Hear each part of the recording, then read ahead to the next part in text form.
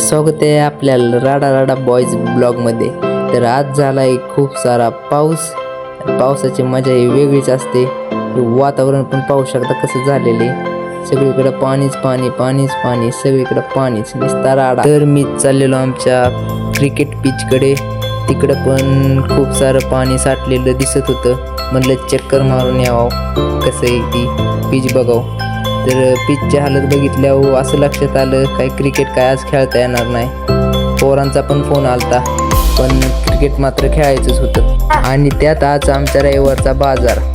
तर लगेच घरी आलो, निघालो पाण्यासाठी आखाड्याकडे. तिला तर खूपच आनंद झाला पाऊस आणि गारा पडण्याचा. गेलो आखाड्यापाशी, पाहतोय तर काय पूर्णच आखाडा भरलेला होता पाण्याने. आखाड्या शेजारी ट्रॅक जो आहे त्या ट्रॅकवर देखील पाणी होतं. हे बघा किती पाणी, खूप प्रमाणात पाणी साठलेलं होतं.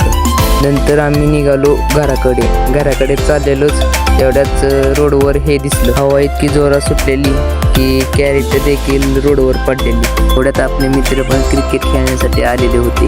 हे विचारतोय काय पाऊस जर आला तर क्रिकेट कसं खेळायचं. त्याला म्हणलं होऊन दे काय पण, आज क्रिकेट खेळायचं ते.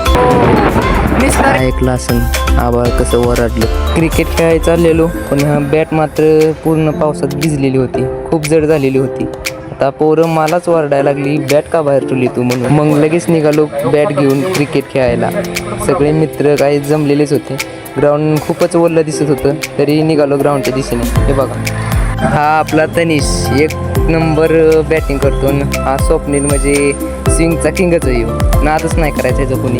आम्ही ग्राउंडवर तर पोचलो, पण ग्राउंडच्या शेजारी लाईटची तार आहे, तर त्या तारवर पडलेली होती झाडाची फांदी.